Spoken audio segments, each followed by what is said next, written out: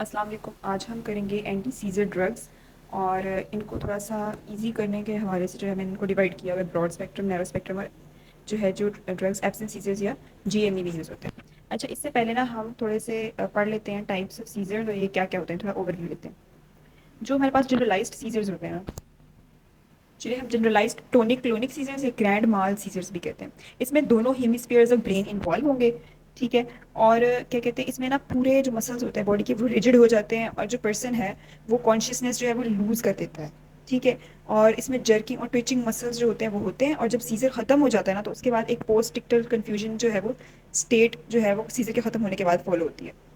फिर हमारे पास आते हैं फोकल सीजर्स, इन्हें हम पार्शियल सीजर्स भी कहते हैं। ठीक है। फोकल सीजर्स जो है ना वो लोकलाइज्ड होते हैं। It can turn into the generalised seizures later on, यानी फोकल जो है वो सेकेंडरीली जनरलाइज्ड में कन्वर्ट हो सकते हैं। फोकल में हमारे पास सिंपल आते हैं और कॉम्प्लेक्स आते हैं। सिंपल में कहते हैं कॉन्शियसनेस होती है, बिल्कुल ठीक ठाक अवेयरनेस होती है। ठीक है।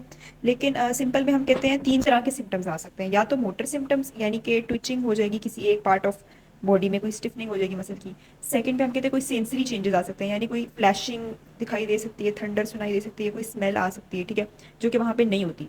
और थर्ड जो है हम कहते हैं कोई अनयूजुअल सेंसेशंस फील होना शुरू हो जाती है, यानी कि सडन फियर या जॉय जैसे। ठीक है। तो हम कह रहे हैं कि सिंपल में ये तीन तरह के जो है वो आते हैं। मोटर सिम्टम्स आ भी सकते हैं, नहीं भी आ सकते। और जो कॉम्प्लेक्स है ना उसमें क्या होता है कि अवेयरनेस जो है ना वो थोड़ी सी इम्पेयर या आल्टर्ड हो जाती है। ठीक है। बंदा कंफ्यूज हो जाता है। उसमें ऑटोमेटिज्म होता है। ऑटोमेटिज्म मतलब कुछ रिपीटिव मूवमेंट्स, लाइक जैसे लिप स्मैकिंग करना या फिर सर्कल्स में वॉक करना या हैंड रब करना। ठीक है। कुछ रिपीटिव जो है मूवमेंट्स खुद से होना शुरू हो जाएंगे, जिसे हम ऑटोमेटिज्म कहते हैं। तो these were like focal seizures, simple और कॉम्प्लेक्स। फिर हमारे पास आते हैं एब्सेंट सीजर्स और जेएमई। जेएमई को बेसिकली हम मायोक्लोनिक भी कहते हैं। ठीक है। जो हमारे पास मायोक्लोनिक है ना, जो फोर्थ टाइप लिखी हुई है बुक में, उसमें जेएमई आता है।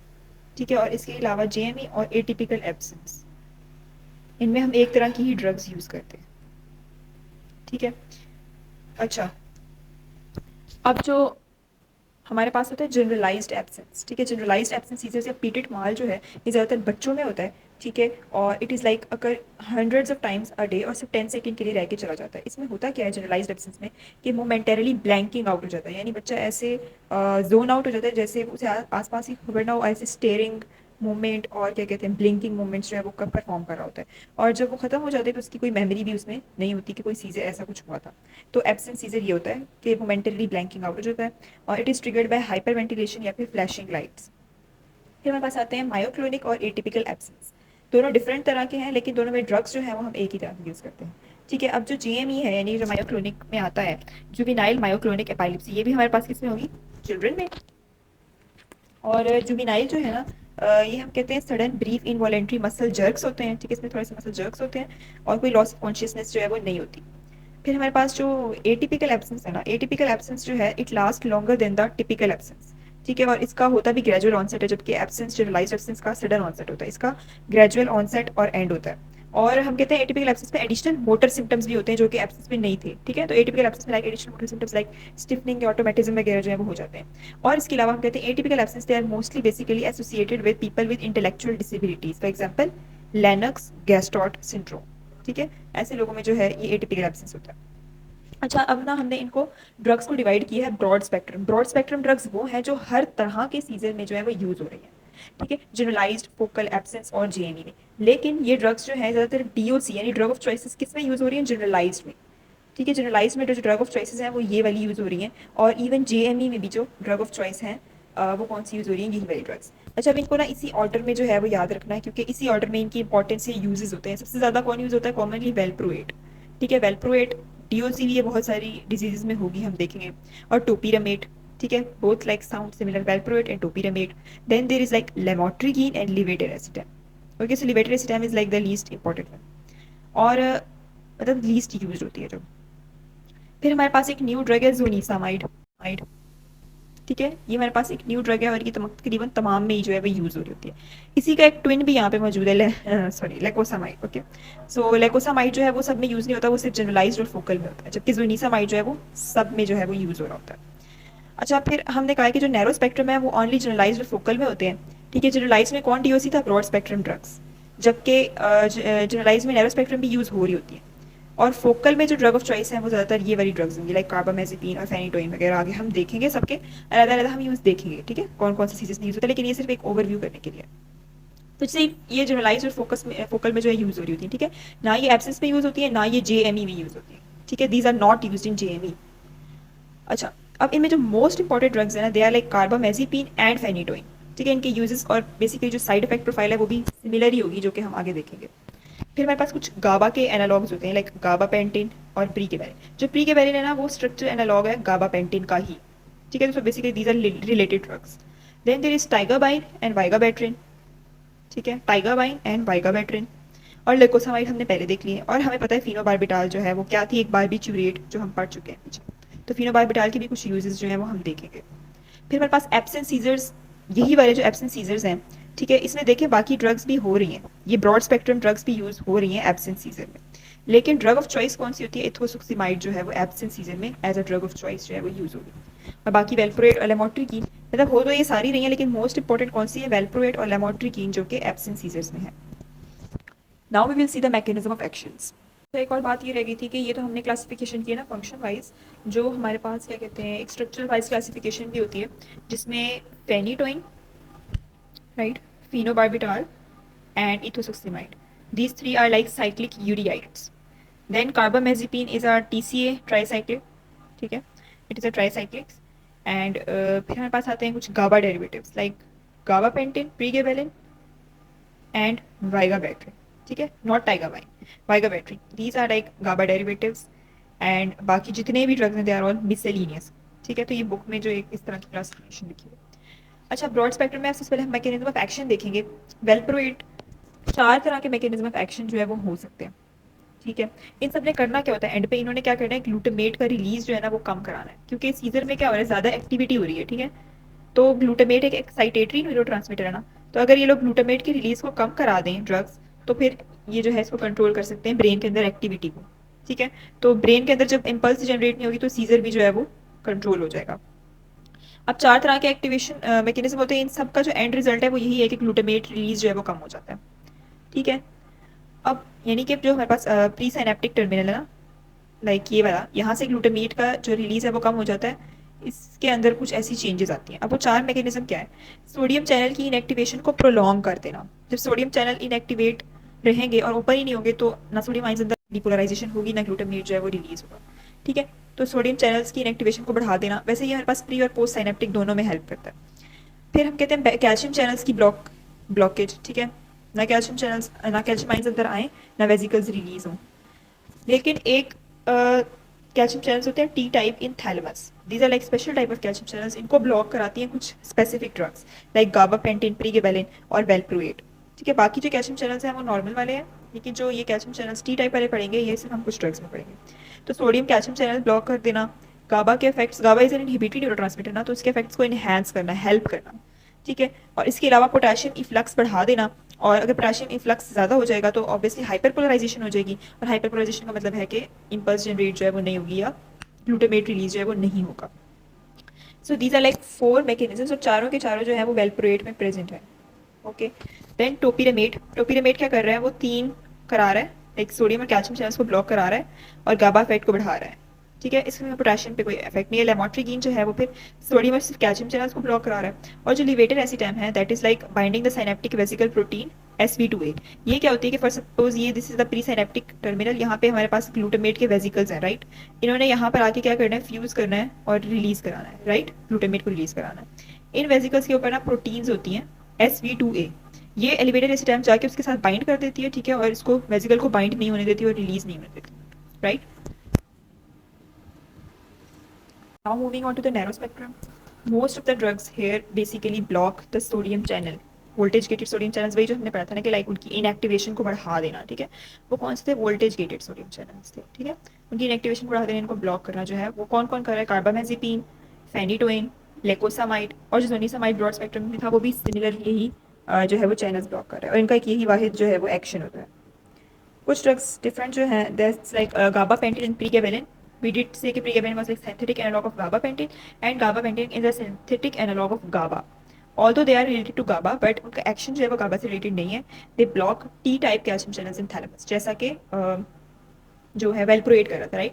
देखिए नॉर्मल कैल्शियम चैनल्स ब्लॉक करने से क्या होते हैं कि वो कैल्शियम अंदर नहीं आता, साइनेप्टिक रिलीज जो है वो नहीं होता, क्योंकि कैल्शियम जो है साइनेप्टिक रिलीज के लिए जरूरी होता है एंडिंग्स में। लेकिन ये जो थैलेमस है ये कैल्शियम चैनल्स को ब्लॉक करेगा, तो इससे कैल्शियम जो है उसका इन्फ्लक्स जो है वो स्लो इन्फ्लक्स जो हो रहा था इन न्यूरॉन्स में नॉर्मली वो नहीं होता, ठीक है। और पोलराइजेशन या डीपोलराइजेशन जो है वो नहीं हो रही होती, ठीक है। तो there are basically 4 drugs that act through this mechanism, T type calcium channels in thalamus. Thalamus भी टी से है और ये भी टी से है। 4 ड्रग्स हैं, कौन सी? एक तो वेलप्रोएट, एक गाबापेंटिन, प्रीगैबलिन थ्रू 3 और एक इथोसुक्सिमाइड, ठीक है। तो इथोसुक्सिमाइड का भी जो है वो यही सेम एक्शन है कि वो टी टाइप कैल्शियम चैनल्स को ब्लॉक करता है इन थैलेमस। फिर जो हमारे पास ये ड्रग्स है इनका एक्शन जो है वो गाबा से रिलेटेड है, वो क्या है? टाइगाबाइन क्या करेगा? इट ब्लॉक्स गैट1, ठीक है। गैट1 क्या है? It is a GABA reuptake transporter, ठीक है। फॉर एग्जांपल यहाँ पे गाबा रिलीज हुआ प्री साइनेप्टिक से, यहाँ पे क्या, यहाँ पे गैट1 होगा जो कि गाबा को दोबारा से ले लेगा। तो अगर वो नहीं लेगा तो गाबा यहाँ पे ज्यादा देर रहेगा तो उसका इफेक्ट जो है वो प्रोलॉन्ग हो जाएगा, यानी कि गाबा के इफेक्ट को इनहेंस कर रहा है टाइगाबाइन, राइट। और देन इज लाइक वाइगाबैट्रिन, जो वेगाबैट्रिन है इट इनहिबिट्स गाबा ट्रांसअमीनेज। गाबा ट्रांसअमीनेज क्या करता है कि गाबा को डिग्रेड कर देता है, तो अगर हम इसको इनहिबिट कर देंगे तो गाबा की डिग्रेडेशन कम हो जाएगी, गाबा ज़्यादा हो जाएगा और इसका इफेक्ट जो है इनहेंस हो जाएगा। So these 2 drugs are like acting on the enhancing the effects of GABA. Phenobarbital we know, barbiturate और बार्बिट्यूरेट्स का हमें एक्शन पहले से ही पता है, वो क्या होता है कि गाबा ए के जो होते हैं, गाबा ए को, हाँ गाबा ए के एनालॉग होते हैं, राइट। गाबा ए रिसेप्टर्स के एनालॉग होते हैं बार्बिट्यूरेट्स भी, और कुछ बेंजोडाइजेपीन्स भी जो है, हम कहते हैं बेंजोडाइजेपीन्स जो है वो भी यूज़ हो रहे होते हैं एंटी सीजर ड्रग्स के तौर पर, ठीक है। वो हम देखेंगे स्टेटस एपिलेप्टिकस में फिर। तो these are like they are enhancing the effect of GABA. So these were all like mechanisms of action and I basically sincerely suggest you कि CNS के लिए अगर आप हो सके तो स्केची के लेक्चर एक दफ़ा जरूर देखिएगा, उसमें कुछ ऐसे पॉइंट्स हैं जो याद रखने में फिर ईजी हो जाते हैं, ठीक है। Now we will do the side effects. सबसे पहले हम जो ब्रॉड स्पेक्ट्रम है उसी जो है ऑर्डर में उनके साइड इफेक्ट्स देखेंगे, और साइड इफेक्ट्स हम एंटी सीजर्स के नहीं करने, बस कुछ के करने हैं जो इंपॉर्टेंट वाले हैं, ठीक है। And they are really easy, okay. So कुछ साइड इफेक्ट्स जो एंटी सीजर्स में ज़्यादा कॉमन है वो एक तो टेरेटोजेनिक होते हैं, ठीक है, और एक स्टीवन जॉनसन सिंड्रोम जो हम देखेंगे कौन कौन सी ड्रग्स जो है वो उसमें होता है। अच्छा, वेलप्रोएट में सबसे पहले तो एलोपेशिया हो रहा है, ठीक है, यानी कि हेयर लॉस हो रहा है, और जीआई डिस्ट्रेस तो मोस्ट ऑफ द ड्रग्स में होता है, और फाइन ट्रेमर होगा, ठीक है। और क्या है? वेट गेन, इसमें एपेटाइट बढ़ जाती है तो इसमें क्या हो जाता है? वेट गेन, ठीक है। तो एलोपेशिया, वेट गेन और फाइन ट्रेमर्स जो है वो इसमें होते हैं। दूसरा हम कहते हैं जो वेलप्रोएट है ना, दैट इज टेरेटोजेनिक, ठीक है। वेलप्रोएट टेरेटोजेनिक है, यानी कि ये जो हमारे पास फीटस होगा उसमें क्या कॉज करेगी? स्पाइना बाइफिडा जो है वो कॉज करती है, ठीक है। नर्वस प्रॉब्लम जो न्यूरल ट्यूब डिफेक्ट्स होते हैं लाइक स्पाइना बाइफिडा। और फीटल हेपेटोटॉक्सिटी की भी जो है इसमें चांसेस ज़्यादा होते हैं कि अगर इसे प्रेग्नेंट फीमेल्स लेंगी तो क्या होगी? फीटल में हेपेटोटॉक्सिटी और स्पाइना बाइफिडा। और इसके अलावा हम कहते हैं कि एक्यूट पेनक्रियाटाइटिस जो है वो भी हो सकता है। Next is topiramate. टोपिरामेट में क्या होता है कि एक तो सोमनोलेंस यानी स्लीपिंगनेस आ जाती है, और स्लीपीनेस के साथ साथ जो हमारी थिंकिंग है वो भी स्लो डाउन हो जाती है, ठीक है, कॉग्निटिव स्लो डाउन हो जाती है। इसमें क्या होता है? वेट लॉस होता है। वेलप्रोएट में क्या था? वेट गेन, इसमें क्या है? Weight loss. और 2 जिसके स्पेसिफिक हैं वो ये है कि एक तो ये किडनी स्टोन्स कॉज कर सकती है और दूसरा ये एक्यूट मायोपिया कॉज कर सकती है, ठीक है। ये एक्यूट एंगल क्लोजर ग्लाउकोमा जो है वो ये कॉज कर सकती है, आई से रिलेटेड ये इसका इफेक्ट होता है। So these were like the most important ones. Lamotrigine में एटेक्सिया और डिप्लोपिया होता है। एटेक्सिया मतलब लड़खड़ा के चलना या बैलेंस ना होना, और डिप्लोपिया हमें पता है कि डबल विजन को कहते हैं। अक्सर ये इफेक्ट्स जो हैं ये साथ साथ ही होते हैं एटेक्सिया डिप्लोपिया के। And then there is like Steven Johnson syndrome. So lamotrigine is the first drug that we are encountering that is causing like Steven Johnson syndrome. क्या होता है? ये अक्सर medications की वजह से एक साइड इफेक्ट एलर्जिक रिएक्शन होता है, जिसमें पहले फ्लू लाइक रिएक्शंस आते हैं, फ्लू लाइक सिम्टम्स आते हैं, ठीक है। फ्लू लाइक सिम्टम्स आने के बाद जो है एक रैश हो जाता है रेड कलर का, पेनफुल रैश पूरी बॉडी में स्प्रेड हो जाता है और ब्लिस्टर्स बन जाते हैं, और जो टॉप लेयर ऑफ स्किन है ना वो शेड होना शुरू हो जाती है। That is called as Steven Johnson syndrome and is an emergency situation, ठीक है। तो वो लेमोट्रिगीन जो है वो कॉज कर सकती है, और लिवेटर एसिटाम जो है वो सोमनोलेंस एंड हेलुसिनेशंस जो है वो कॉज करता है। नाउ जो नैरो स्पेक्ट्रम है उसमें सिर्फ कार्बामेज़ेपिन और फेनिटोइन जो है वो इंपॉर्टेंट है। दोनों के साइड इफेक्ट्स मोस्टली जो है वो सिमिलर ही है, ठीक है। लाइक एग्जांपल जो ये वाले सिम्टम्स है ना, ये दोनों के सिमिलर है। अच्छा, और कुछ स्पेसिफिक सिम्टम्स जो है वो इनके होंगे। Carbamazepine it causes ataxia, diplopia and Steven Johnson syndrome, right. Steven Johnson syndrome just like lamotrigine, okay. And ataxia, diplopia, और जो हमारे पास स्पाइना बाइफिडा था। सो स्पाइना बाइफिडा कौन कॉज कर रहा था? एक और टेरेटोजेनिक जो हमने पहले पढ़ा है वो वेलप्रोएट है, ठीक है। तो इसी तरह कार्बामेज़ेपिन और फेनिटोइन भी जो है वो टेरेटोजेनिक है, ठीक है। कार्बामेज़ेपिन जो है वो स्पाइना बाइफिडा कॉज कर सकता है अगर प्रेग्नेंट फीमेल्स को दिया जाए तो फीटस के अंदर। फिर हमारे पास ड्रग इंड्यूस्ड ल्यूपस होता है दोनों में, ठीक है, ड्रग इंड्यूस्ड ल्यूपस और ड्रेस सिंड्रोम। अच्छा, ड्रेस सिंड्रोम क्या है? It means drug reaction with eosinophilia and systemic symptoms, यानी कि ड्रग से एक्सपोजर के बाद 2 to 8 वीक्स में जो है ये होता है। मोस्ट कॉमनली ये जो है कार्बामेज़ेपिन और फेनिटोइन के साथ ही होता है, और ये वाइड स्प्रेड है, पीलिंग रैश हो जाता है इसमें, ठीक है, फीवर हो सकता है, और चूंकि इम्यून रिस्पॉन्स होगा उसकी वजह से इसिनोफिलिया होगा, स्वॉलन लिम्फ नोड्स होंगे, और इसके अलावा कुछ ऑर्गन्स लाइक लिवर, किडनीज वगैरह जो है वो भी इन्वॉल्व होती है। तो सारे सिस्टेमिक सिम्टम्स और इसिनोफिलिया जो है वो होता है इसमें। तो ड्रेस सिंड्रोम हो सकता है। इसके अलावा भी नो कि कार्बामेज़ेपिन और फेनिटोइन जो है वो CYP450 इंड्यूसर्स हैं, तो ये ड्रग रिएक्शंस कॉज कर सकते हैं। लेकिन कार्बामेज़ेपिन की एक न्यूअर वर्जन है ऑक्स कार्बाजेपिन। ऑक्स कार्बाजेपिन जो है वो इंड्यूसर नहीं है, इसीलिए जो प्रेफर किया जाता है अक्सर ऑक्स कार्बाजेपिन ओवर कार्बामेज़ेपिन, क्योंकि ये ड्रग ड्रग इंटरेक्शंस जो है वो कम कॉज करता है, ठीक है, ड्रग ड्रग इंटरेक्शंस भी कम कॉज करता है, और इसके अलावा जो CNS सिम्टम्स होते हैं लाइक एटेक्सिया और डिप्लोपिया वगैरह वो भी जो है वो इसमें कम होते हैं, ठीक है। So it is often preferred over carbamazepine. फिर इसके अलावा जो इसके अपने अलहदा सिम्टम्स है कार्बामेज़ेपिन के, that is SIADH, syndrome of inappropriate ADH secretion, जिसमें ADH बहुत ज़्यादा सिक्रीट हो जाएगा, और जो है इसकी वजह से डाइल्यूशन हो जाएगी बॉडी में, हाइपोनेट्रीमिया वगैरह हो जाता है, और ग्रेन्युलोसाइटोसिस यानी कि ग्रेन्युलोसाइट्स जो हैं लाइक इजिनोफिल्स बेसोफिल्स वगैरह जो है कम हो जाए। अब फेनिटोइन का भी mostly V8 ataxia diplopia Steven Johnson syndrome, इसमें क्या होता है, एक स्पेसिफिक फीटल हाइडेंटोइन सिंड्रोम जो है ये फेनिटोइन के साथ एसोसिएटेड है, ठीक है, फीटल फेनिटोइन। सो ये भी टेरेटोजीनिक है, लेकिन ये क्या कॉज करेगा, fetal hydantoin syndrome in fetus. अब इसमें क्या होता है, क्रेनियोफेशियल एब्नॉर्मेलिटीज होती हैं, ग्रोथ डेफिशिएंसीज होती हैं, या कॉग्निटिव प्रॉब्लम्स जो है वो होती हैं, but it is like specifically associated with phenytoin, fetal hydantoin syndrome. Then there is drug-induced lupus and DRESS syndrome and CYP450 inducer।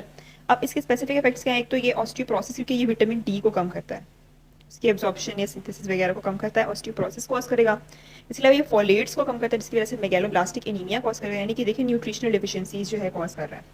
और इसके अलावा दो इसके क्या है, हिर्सुटिज्म हेयर ओवर ग्रोथ, और गिंगेबल हाइपरप्लेजिया, यानी जो गम्स होते हैं ना, टीथ के जो गम्स होते हैं उनका हाइपरप्लेजिया ओवर ग्रोथ हो जाए। सो यानी कि ये हमारे पास फेनिटोइन कॉज कर रहा है। अब इसके अलावा बाकी जो हैं सिम्टम्स इतने इंपॉर्टेंट नहीं है, साइड इफेक्ट्स वगैरह, ठीक है। और बाकी हमें तो पता ही है, लाइक जो बेंजोडाइजेपिन्स और फिनोबार्बिटाल के हम पहले पढ़ चुके हैं बारबिचुरेट्स वाले चैप्टर में। और इसके अलावा एक ये है इंपॉर्टेंट कि अच्छा, गाबापेंटिन भी क्या करता है, एटेक्सिया, डिजीनेस और निस्टैग्मस वगैरह कॉज करता है। अब वाइगाबैट्रिन का ये है कि वी से याद रख लें कि वी विजुअल इफेक्ट्स होंगे, इरिवर्सिबल होंगे, और वेट गेन, ठीक है, तो विजुअल इफेक्ट्स और वेट गेन होगा इन वाइगाबैट्रिन। नाउ वी विल सी हर जो है सीजर के अंदर कौन कौन सी ड्रग्स हैं, मोस्टली हम पढ़ ही चुके हैं, उसको थोड़ा सा अरेंज करना। अच्छा, इससे पहले जनरल पॉइंट कि हर सीजर में कुछ होंगी ड्रग ऑफ चॉइसेस, और फिर होंगे हमारे पास लाइक अल्टरनेटिव ड्रग्स। ओके, सो हमने ये देखा था कि जो हमारे पास, अच्छा, ब्लू से हमने शो किए हुए ब्रॉड स्पेक्ट्रम, और ग्रीन से हमने किए नैरो स्पेक्ट्रम ड्रग्स, और रेड से इस बीच में जो मिसलेनियस या यूनिक ड्रग्स होती हैं। जो हमारे पास ब्रॉड स्पेक्ट्रम ड्रग्स हैं ना, वो हर सीजन में यूज़ हो रही है, जबकि जो नैरो स्पेक्ट्रम ड्रग्स हैं they are only being used in generalised and focal seizures, ठीक है।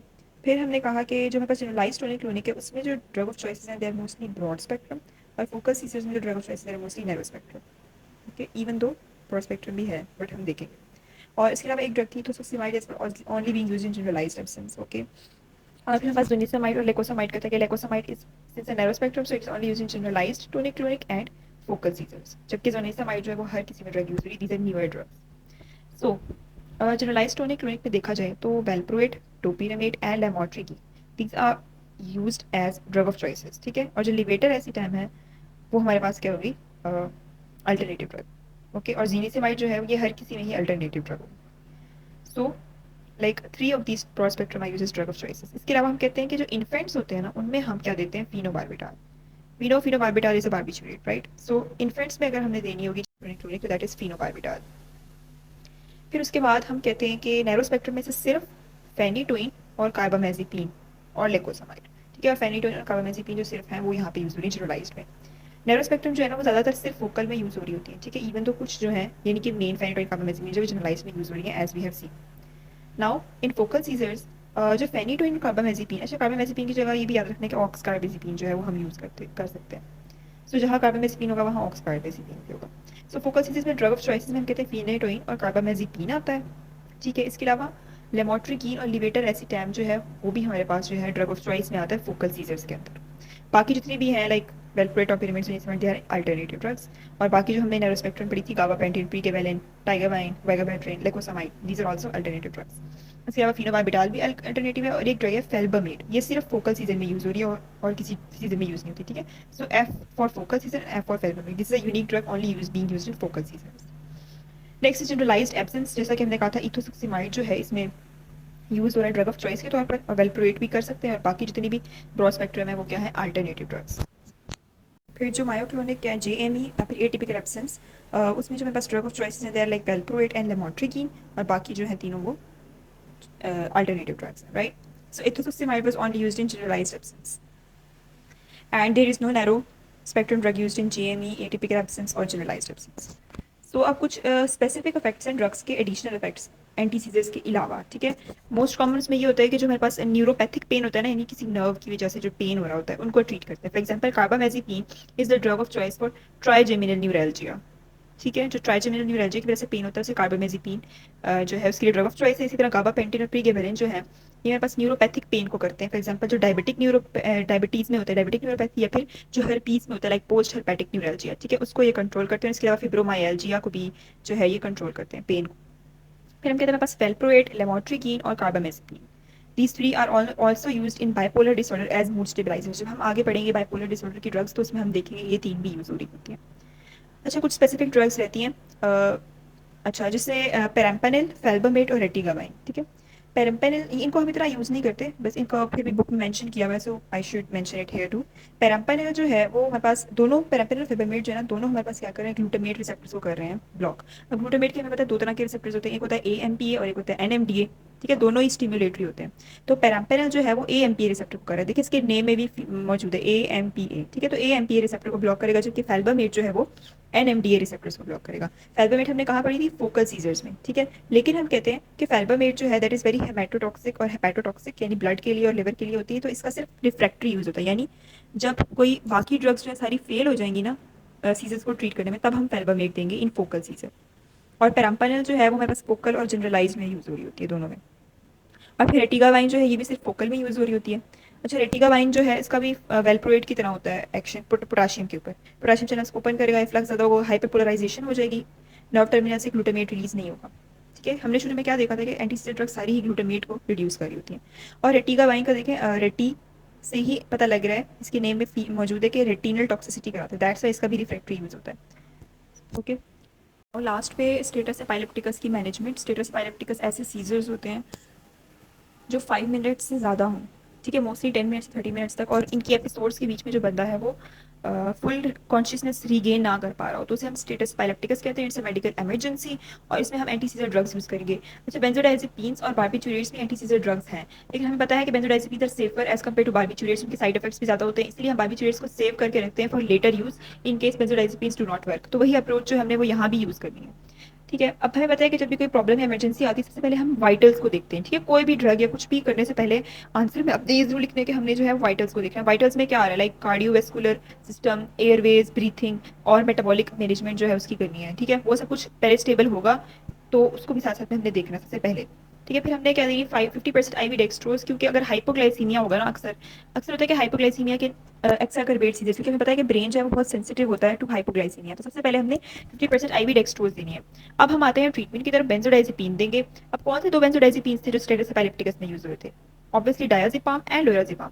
डायazepam is a longer acting drug, जबकि लोराज़ेपम जो है वो शॉर्टर एक्टिंग ड्रग है। तो हम डायazepam देते हैं IV, या फिर अगर लोराज़ेपम देना है तो लोराज़ेपम को हम हर 10 मिनट्स के बाद रिपीट करेंगे, क्योंकि it is a shorter acting as compare to diazepam. तो दोनों में से हम दे सकते हैं। नेक्स्ट हमने क्या देना है, phenytoin. It is an antiseizure drug, जैसा कि हमने देखा था, ठीक है। तो फेनिटोइन जो है वो IV दी जाती है, हम डायरेक्टली भी दे सकते हैं, ठीक है, या सेलाइन में दे सकते हैं। अच्छा, जो फेनिटोइन है ना, उस दौरान फेनिटोइन इज अ कार्डियोटॉक्सिक, ठीक है, it is a cardiotoxic drug, क्योंकि इसके अंदर क्या होता है, प्रोपाइलिन थाइग्लाइकोल जो इसका सॉल्वेंट है, ठीक है, वो कार्डियोटॉक्सिक है फेनिटोइन का। तो हम क्या करते हैं, इसकी एडमिनिस्ट्रेशन के दौरान साथ में ECG को मॉनिटर भी करते रहते हैं कि उसमें कोई मसला ना हो, या फिर हम अल्टरनेटिवली क्या दे सकते हैं, fosphenytoin which is water soluble. तो फॉस्फेनिटोइन जो है वो सेफर अल्टरनेटिव है as compare to phenytoin. Next हमारे पास अगर, अच्छा, पहले तो हमने लाइक डायज़ेपाम दे दिया इमीडिएट मैनेजमेंट के लिए, और फिर जो फेनिटोइन है वो हमारे पास हम देते हैं क्योंकि इसका स्लो ऑनसेट होता है, इसलिए हम फेनिटोइन नहीं देते शुरू में, ये क्योंकि इसका स्लो ऑनसेट होता है। तो ये चूंकि एक्ट करते करते बंदा बेशक चला ही जाए, तो इसलिए हम इसको बाद में रखेंगे, इमीडिएट ट्रीटमेंट के लिए हम डायज़ेपाम और लोराज़ेपाम देते हैं। और लॉन्गर एक्टिंग है फेनिटोइन, इसलिए हम देते हैं डायज़ेपाम के बाद फेनिटोइन को। अच्छा, अब यहाँ तक तो लाइक हो गया। फिर हम कहते हैं अब सीजर्स कंटिन्यू हो रहे हैं, मतलब फेनिटोइन से ठीक नहीं हुए, तो हम क्या देंगे, IV phenobarbital, it is a barbiturate, ठीक है। और अगर अब भी फेल हो गया तो फिर हम क्या करेंगे कि पूरा का पूरा जो है जनरल एनेस्थीसिया दे देंगे, ठीक है, यानी उसको डिप्रेस कर देंगे ब्रेन को भी, सीएनएस को, ताकि सीजर्स जो है वो बंद हो जाए। हमें पता है जब हम जनरल एनेस्थीसिया देते हैं तो हमें साथ में वेंटिलेटरी सपोर्ट देने की जरूरत होती है, और न्यूरोमस्कुलर बाइंडर क्या करते हैं, स्कैटर मसल्स को रिलैक्स करते हैं ताकि ईजिली जो है वो इंटीबेशन की जा सके, ठीक है, जो ट्यूब है वो पास की जा सके। और जनरल एनेस्थीसिया दे सकते हैं, या फिर हम उसकी जगह आईवी मिडाजोलैम देते हैं। अब आईवी मिडाजोलैम क्या है, it is a benzodiazepine that is used in anaesthesia, ठीक है। जब हम आईवी मिडाजोलैम देंगे ना तो उसमें हमें साथ में इंट्यूबेशन की ज़रूरत नहीं पड़ेगी, ठीक है, आईवी मिडाजोलैम की वजह से। लेकिन अगर जनरल एनेस्थीसिया देंगे तो होगी उसकी ज़रूरत। अब जनरल एनेस्थीसिया दे दिया हमने, एंड पे अब ऑब्वियसली कंट्रोल हो गया, तो हमने अब लॉन्ग टर्म मैनेजमेंट के लिए जो है उसका ओरल ड्रग प्रोग्राम भी करना है। So that was it for today, thank you so much.